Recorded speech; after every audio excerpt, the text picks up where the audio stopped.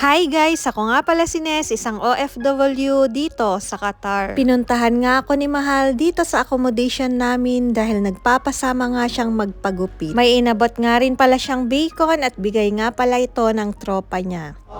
Mahigit isang linggo na nga yung pag-aatake dito sa Qatar pero ganito pa nga rin ka-normal yung pamumuhay namin dito. Huwag nga kayong maniwala sa mga fake news dahil kaming mga nakatira nga dito ang nagpapatunay na safe nga kami dito. Naririnig namin yung malakas na sabog at nararamdaman namin yung yanig pero pag nagpatalo nga kami sa takot wala ngang mangyayari. May tiwala nga kami sa gobyerno dito na hindi nga kami pababayaan at ang number 1 priority nga nila ang kaligtasan ng mga tao dito. Sana nga matapos na nga itong kaguluhan at magkabati-bati na nga sila dahil ang dami ngang naaapektuhan sa nangyayari.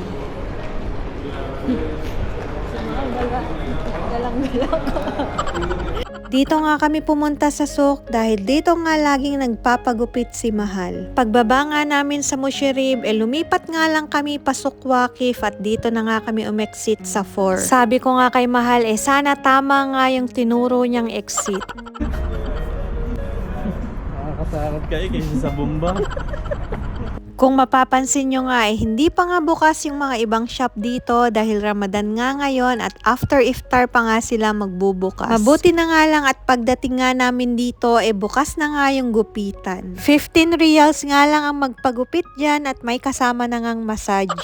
Nagpaalam nga ako dyan kay bro kung pwede ba akong umupo sa loob. Sabi nga niya okay nga lang daw. Kita nyo nga yung buhok ni Mahal at ilang buwan na nga yang hindi nagpapagupit. Kung hindi mo pa nga yan sabihan hindi pa nga yan kikilos. Medyo na bored na nga tayo sa loob kaya naman lumabas nga muna tayo. Nagbukas na nga rin yung mga ibang shop dito kaya naman yung mga tao nga padami na ng padami.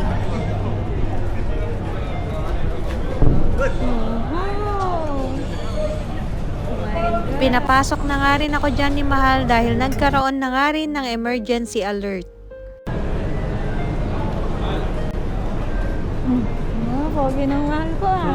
After nga niyang nagpagupit dito na nga lang kami kumain sa Bye-Bye Food Court. Dito nga yung may masarap na mixed pansit kaya yun na nga lang yung in-order ko. Bumili nga rin dyan ng shawarma si Mahal at napakasarap nga. Hindi ko na nga alam kung magkano yung pansit nila pero napakarami nga nilang serve. Ganyan nga rin yung gusto ko sa pagkaluto nga ng pansit na medyo mabasa-basa.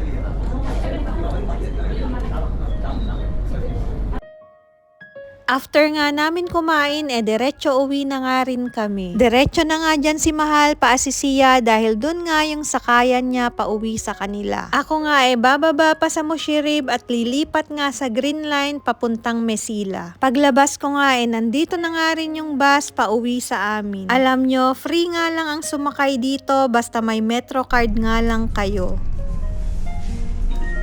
First stop out by Honey 81.